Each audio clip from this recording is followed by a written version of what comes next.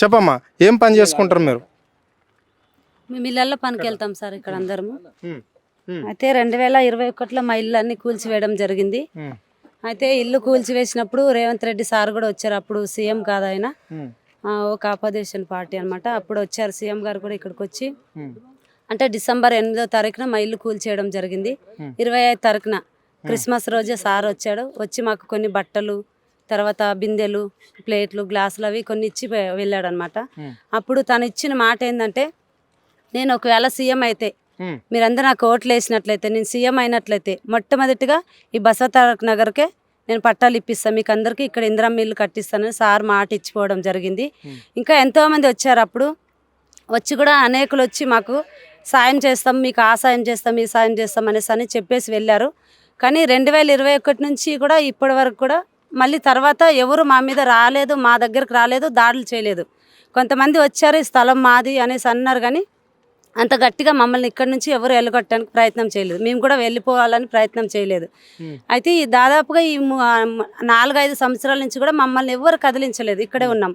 అయితే కోర్టులో కేసులు వేసుకున్నాం. అప్పుడు మా బస్తీలో వాటర్ ట్యాంకర్లు అన్నీ మొత్తం కూలగొట్టేశారు కాబట్టి అప్పుడు కొన్ని కేసులు ఇక్కడ స్థానికంగా ఉన్న కార్పొరేటర్ గంగాధర్ అనే సారు మా ద్వారా కొన్ని కేసులు వేయించారు. మా గురించి ఆ సార్ కూడా జైలుకి వెళ్ళడం జరిగింది. మా బస్తీకి ఆ సార్ కూడా చాలా న్యాయం చేశాడు అప్పుడు.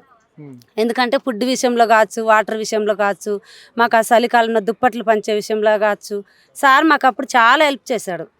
అయితే ఈ 4 సంవత్సరాలుగా మేము అలాగా మా జీవితాలు మేము కొనసాగిస్తున్నప్పటికీ, ఎందుకంటే ఇక్కడ ఎంతోమంది భర్తలు చనిపోయిన వాళ్ళు, అనాథలు, అనాథ పిల్లలు, తల్లిదండ్రులు చనిపోయిన వారు, ముసలి వాళ్ళే చాలా ఉంటున్నారన్నమాట. సపోజ్గా చూసుకున్నట్లయితే నా భర్త 2010లో చనిపోయాడు.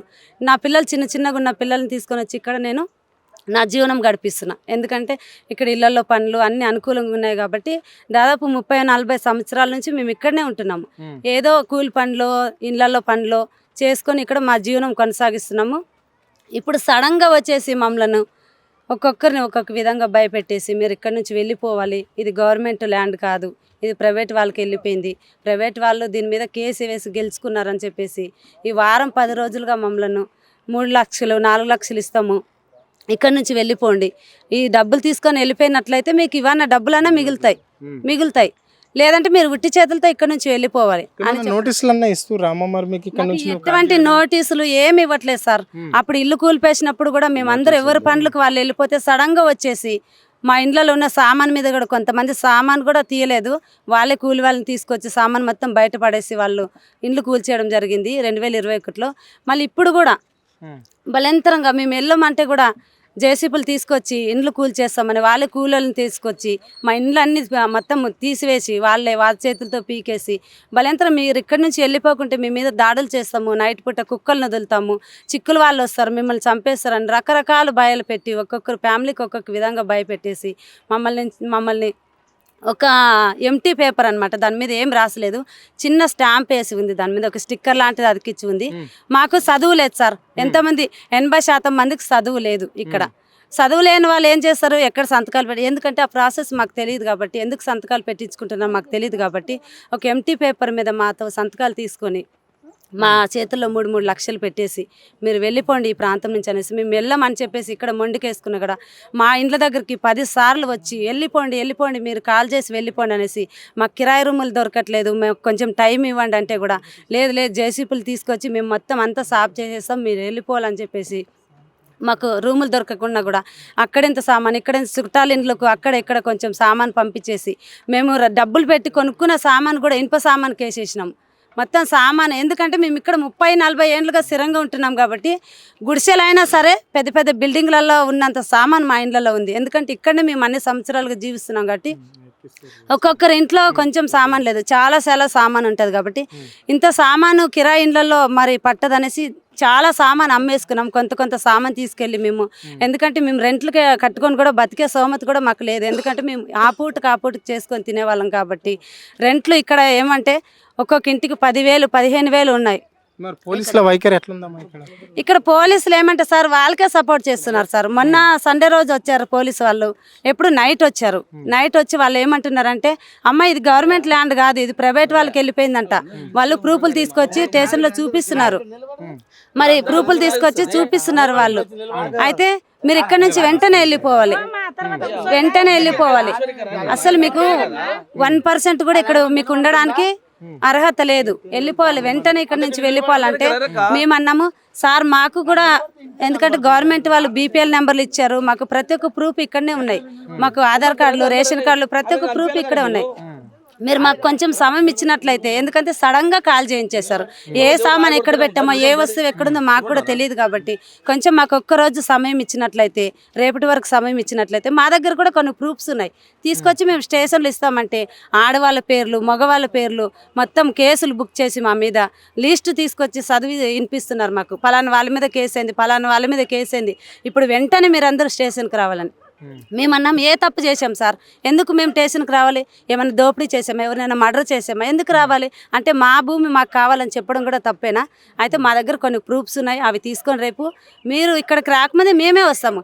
మేము ఇప్పుడు కేసులు బుక్ అయిన వాళ్ళే కాదు, మా బస్తీ అంతా స్టేషన్ దగ్గరికి వస్తాం అనేసి అంటే కూడా వాళ్ళు ఎవరు కొంచెం ఉన్నది ఉన్నట్లు మాట్లాడితే, ఎవరు కొంచెం తెలివిగా మాట్లాడితే, మా బస్తీ గురించి ఎవరు కొంచెం గట్టిగా మాట్లాడితే వాళ్ళని ఇప్పుడు అక్కడ వచ్చి ఉన్నారు. ఆ సారే అంటున్నారు ఏమమ్మా చాలా ఎక్కువ మాట్లాడుతున్నావు, ఇప్పుడు అర్ధ గంటలో ప్రూఫ్లు తీసుకొచ్చి ఇస్తే చూపిస్తే చూపి, లేదంటే ఈమెను వ్యాన్ ఎక్కించండి ఫస్ట్ అని చెప్పేసి లేడీస్ కానిస్టేబుల్ వచ్చి మా చేతులు పట్టుకొని లాగుతున్నారు. వ్యాన్ మా దగ్గర వరకు తీసుకొచ్చారు. అంత నేరం ఏం చేసాం సార్? మా మీద కేసులు బుక్ చేసే అంత నేరం మేమేం చేసాం? అంటే మాకు కొంచెం స్థలం అడగడం కూడా తప్ప? అంటే వాళ్ళలాగా మాకు ఇండ్లు ఉండద్దా? మా పిల్లలు ఏమని అడుగుతున్నారు, అమ్మ మనం ఎప్పటికీ ఇలా గుడిసెల్లో చెట్ల కింద బ్రతకడమేనా, మనకంటే ఇల్లు ఉండదా అని చెప్పి మా పిల్లలు మమ్మల్ని ప్రశ్నిస్తున్నారు సార్.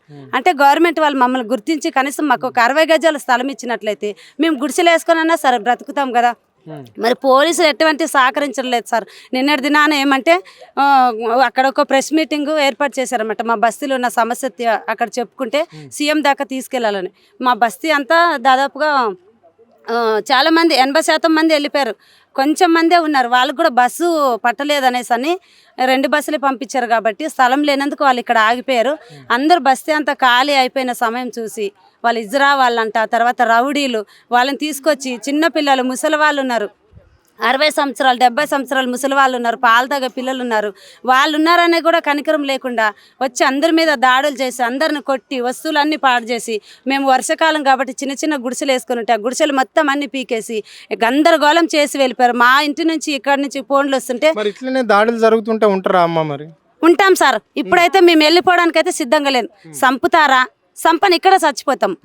ఒకవేళ చంపుతామంటే సంపని ఇక్కడనే, మేము వాళ్ళని చంపుతామా, వాళ్ళు మమ్మల్ని చంపుతారా ఇంకా చూసుకుంటాం. ఇన్ని రోజులైతే మేము సహించాం, ఇంకా నుంచి అయితే చచ్చిపోవడానికైనా మేము రెడీగా ఉన్నాం, చంపడానికైనా రెడీగా ఉన్నాం. ఎందుకంటే ఇన్ని రోజులు ఏంటంటే మౌనంగా ఉన్నాం. ఏదో ఒక న్యాయం జరుగుతుంది, మాకు ఏదో ఒక న్యాయం జరుగుతుంది అని చెప్పేసి మేము మౌనంగా ఉన్నాం. ఇప్పుడు పురుషులు వెనకకి తగ్గినా కానీ స్త్రీలు అయితే వెనకకి తగ్గం సార్. పోలీసులు వచ్చినా సరే కళ్ళలో కారం పొడి కొట్టయితే మేమైతే వాళ్ళ మీద దాడులు చేస్తాం.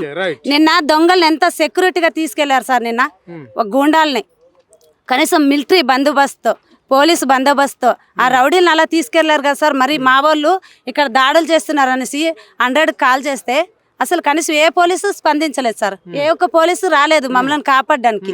వాళ్ళకి ఎందుకు మేము రెస్పెక్ట్ ఇవ్వాలి సార్? మమ్మల్ని మేమే రక్షించుకున్నాం. మా వాళ్ళు వాళ్ళ మీద దాడులు చేసి వాళ్ళ ప్రాణాలు వాళ్ళు రోడ్డు మీదకి పరిగెత్తుకుంటూ వెళ్ళారు పిల్లల్ని తీసుకొని. రోడ్డు మీదకి వెళ్ళినట్లయితే, ఇక్కడ ఉన్నట్లయితే ఎవరినొకరిని చంపేసి వాళ్ళు కత్తులు తీసుకొని వచ్చారు, చాకులు తీసుకొని వచ్చారు. ఎవరు ప్రాణాలనే పోయినట్లయితే సార్ మా బస్తీకి అయితే ప్రాణహాని ఉంది. ఎప్పుడొచ్చి ఎవరిని చంపుతారో తెలీదు. ఏ ఒక్క ప్రాణం పోయినా కానీ అది గవర్నమెంట్ అదే బాధ్యత. కానీ గవర్నమెంట్ వాళ్ళు స్పందించి మాకు కూడా సెక్యూరిటీని పెట్టాలి. రాత్రి కూడా పోలీసులు ఉంటామని చెప్పారు సార్. ఏ ఒక్క పోలీసు ఉండలేదు. మళ్ళీ ఇప్పుడు వచ్చారు. ఇప్పుడు వచ్చిన సార్ వాళ్ళే ఆ లేడీస్ని కూడా గుంజి స్టేషన్కి తీసుకెళ్ళడానికి రెడీ అయ్యారు. కనీసం పోలీసు వాళ్ళు మాకు సెక్యూరిటీని ఇవ్వట్లేదు, ఈ అధికారులు మాకు సెక్యూరిటీని ఇవ్వట్లేదు. మమ్మల్ని మేమన్నా ప్రొటెక్ట్ చేసుకోవాలా లేదా? కాబట్టి ఎవరు వచ్చినా సరే సార్ మేము కొట్లాడడానికైనా రెడీ, కానీ స్థలం ఖాళీ చేసి వెళ్ళడానికి మాత్రం మీరు రెడీగా లేము. ఒక్క విషయం ఏంటంటే రేవంత్ రెడ్డి సార్ ఆ రోజు మాట ఇచ్చి వెళ్ళాడు, ఆ మాట నిలబెట్టుకోవాలి. మాట నిలబెట్టుకున్నవాడు ఒక నాయకుడు కాదు, మాట ఇచ్చినవాడు మాట నెరవేర్చాలి. మాట నెరవేర్చేలాగుంటేనే మాట ఇవ్వాలి. ఆ రోజు సార్ వచ్చి గొప్పగా మాకు చెప్పేసి వెళ్ళాడు. ఈరోజు ఇక్కడ మాకు 60 గజాల స్థలం ఇచ్చి మాకు ఇందిరమ్మ ఇండ్లు కట్టించమనండి. అప్పుడు సార్కి మేము జీవితాంతం రుణపడి ఉంటాం. మేము ఇంకేం కోరుకోవట్లేదు. మాకు ఉండడానికి 60 గజాల స్థలం కావాలి, ఇదే ప్లేస్లోనే కావాలి.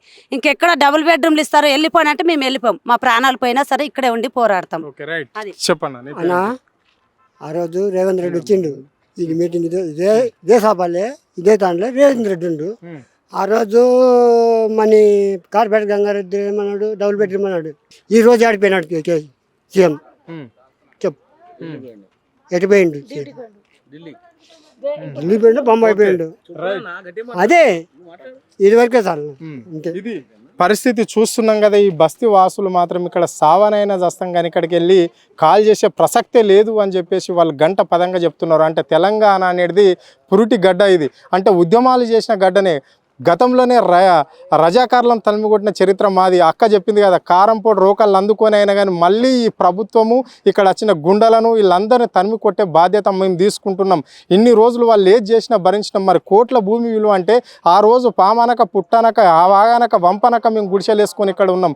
ఇంత అభివృద్ధి చెందుతుందని మాకు తెలియదు, మళ్ళీ వీళ్ళకి కూడా తెలియదు. అయినప్పుడు మమ్మల్ని 30 ఏళ్ళ కింద ఎవరు కదిలియని వాళ్ళు ఈరోజు మమ్మల్ని కదిలిస్తే మేము ఎట్లా ఊరుకుంటాం? మా భర్తల పైన కేసులు అయినా పర్వాలేదు, మేము సావడానికి అయినా సిద్ధమే. అంటే సాకలి ఐలమ్మను గుర్తు చేసుకుంటున్నాము, మా వారసులను గుర్తు చేసుకొని ఇక్కడ దొడ్డి కొమరయ్య లాంటి వాళ్ళని గుర్తు చేసుకుంటాం. భూమి కోసం భక్తి కోసం కొమరం భీం లాంటి వాళ్ళను గుర్తు చేసుకుంటున్నాం. మేము అలాంటి వాళ్ళతో ఉన్నోళ్ళం. మేము మాది అలాంటి జాతి కాబట్టి అలాంటి జీవనమే. అంటే మేమంతా ఉండేది ఇక్కడ బడుగు బలహీన వర్గాలమే మేము ఉంటున్నాం. ఇక్కడ దళితులు ఉంటున్నారు, ఇక్కడ బీసీలు ఉంటున్నారు, ఎస్టీలు ఉంటున్నారు, మైనార్టీలు ఉంటున్నారు. అన్ని సామాజిక వర్గాలకు చెందిన వాళ్ళం ఉంటున్నాం కాబట్టి మేము భయపడే ప్రసక్తే లేదు. ఇక్కడ మాకు ముఖ్యమంత్రి ఏదైతే హామీ ఇచ్చిండో హామీ నెరవేర్చే వరకు మేము పోరాటం చేస్తాము అని చెప్పేసి ఇక్కడ వాళ్ళు ఆ నాయకుడు, ఈ బస్తీకి సంబంధించిన నాయకుడికి అదే సవాల్ చేయడం జరిగింది. ఇక్కడ ఈ అక్కగిడ అదే సవాల్ చేస్తున్నది. మనం సావనైనా చంపినా సరే లేకుంటే చంపడమా, రెండే మేము నేర్చుకుంటున్నాం. ఇక ఎన్ని రోజులు ఓపిక పట్టినాం, ఇప్పుడు ఓపిక పట్టేది లేదు, ఇక్కడికి వెళ్ళి ఖాళీ చేసేది లేదు. నిన్న మా మీద జరిగిన ఘటన మామూలుగా లేదు. అంటే ఇదే ఘటన గురించి మమ్మల్ని కొంతమంది డైవర్ట్ చేసినట్లు అనిపిస్తుంది. అంటే మమ్మల్ని సోమాజిగూడ ప్రెస్ క్లబ్కి పిలిచి మీటింగ్ పెట్టి మీ సమస్యను పరిష్కారం చేస్తామని, మేము ఆడపిల్లలు ఉన్నాము, చిన్నపిల్లలు ఉన్నారు, వృద్ధులు ఉన్న టైంలో, ముసలి వాళ్ళు ఉన్న టైంలో, అంటే 80 మంది అక్కడ పోతే 100 మంది ఇక్కడ మేము మహిళలు ఉన్న టైంలో అంటే ఇజ్రాలతోటి మళ్ళా రౌడీలతోటి మా మీద మూడిగా మా గుడిసెల పైన దాడి చేసింది. మరి ప్రభుత్వమే చేపిస్తున్నదా, మరి ఇంకెవరు చేపిస్తున్నారో మాకు అంత చిక్కడం లేదు. ఎందుకు మరి ఈ భూమి మీద ఇంత కన్నుబడ్డది? మేము ఇక్కడనే పుట్టాం, మా భర్తలు ఈయనే చనిపోతే పెట్టాం, మా పిల్లలు చనిపోతే పెట్టాం, మా నాన్నలు చనిపోతే పెట్టాం, మా పూర్వీకులు ఎవరు చనిపోయినా మేము చనిపోయినా కానీ ఇక్కడనే పెడతామని చెప్పేసి వాళ్ళ నాయకుడు చెప్పడం అనేది జరిగింది. ఇక్కడ ఎకరా భూమి కూడా ఆ సమాధుల గురించి మేము కేటాయించుకున్నామని చెప్తున్నారు. ఇక్కడ ఏదైతే ఏం కానీ మాకు దేవుడిచ్చి చేతులు కాళ్ళు బాగానే ఉన్నాయి, మేము కష్టం చేసుకునే బతుకుతున్నాం. మేము లడాయి చేయడానికి కూడా ఈ ప్రభుత్వంతో సిద్ధంగానే ఉన్నాము. మా హామీలు నెరవేర్చకపోతే మేము ఇక్కడనే ఉంటాము అని చెప్పేసి కారంపోటు రోకళ్ళతోటి ఎంతమంది రౌడీలు వస్తారో రాని, మాకెంతమంది సపోర్ట్ చేస్తారో ఇక్కడ ఈ రాష్ట్రంలో కొంతమంది నాయకులు కూడా ఉన్నారు కదా, ప్రతిపక్షం వాళ్ళు కూడా ఉన్నారు కదా, మాకు సపోర్ట్ చేయాలని చెప్పేసి కూడా వాళ్ళు కోరుకోవడం అనేది అయితే జరుగుతున్నది. కెమెరా పర్సన్ రఘుతో, అరుణ్, ఆద్య టీవీ, హైదరాబాద్.